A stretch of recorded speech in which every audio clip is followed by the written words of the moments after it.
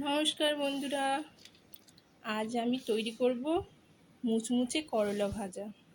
যার জন্য আমি করলা নিয়েছি, ওগুলোকে চাকা চাকা করে কেটে নিয়েছি। এর মধ্যে দেব বেসন, দেব বিস্কুট গুঁড়ো, স্বাদ মতো লবণ, লঙ্কা গুঁড়ো, একটু হলুদ গুঁড়ো, একটু আদা রসুন বাটা। এরপর আমি এগুলো বেশ ভালো করে মিশিয়ে নেব। সামান্য একটু জল ছিটিয়ে নেব, যাতে ব্যাটারগুলো ভালোভাবে করলার গায়ে লেগে যায়। এই রেসিপি খুব অল্প সময়ে তৈরি হয়ে যায়, দারুণ খেতেও দারুণ হয়। কড়াই আমি তেল দিয়েছি, এগুলো আমি লাল করে ভেজে নেব।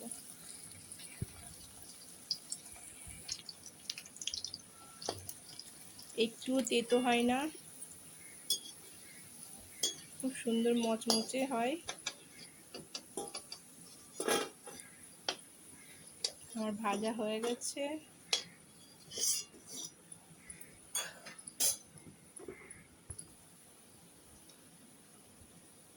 দেখুন কি সুন্দর মুচমুচে হয়েছে।